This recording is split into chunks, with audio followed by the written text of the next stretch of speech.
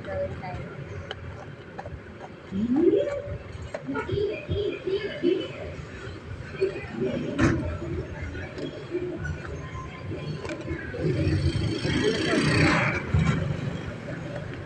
Babangon tayo.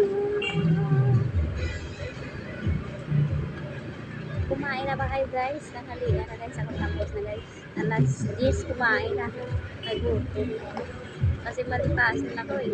Ano naiisip mo? Tapos mapasok pa. Joke lang.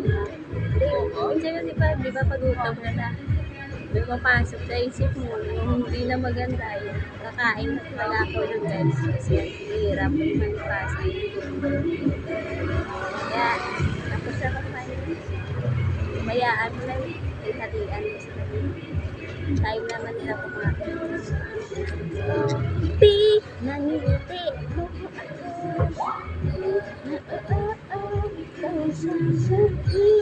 sarap talaga guys kung nakakain ng tamo. Mas ganado yung isip.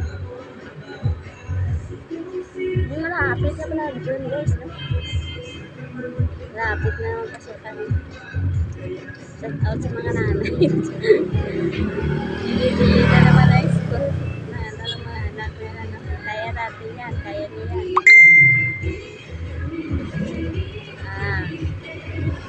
Guys, anak ko uuwi guys. Ano ko katong guys, ituturo ko kayo. Kapag nabaman. Hindi na tayo siguro sa ano na tayo. Mag-ituan na. Kasi, hirap na mag-ano. Importante. Ano na tayo. Nakakamisap ko siya guys yung lugar na lalo na yung papasaway ako sa mama. Miss ko na yung mama ko. Kaya babalik ako sa kanya para magpasaway.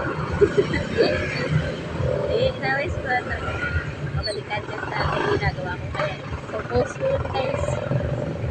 Nag-aarap ko na yung Negros. Negros ako guys. Nandito ako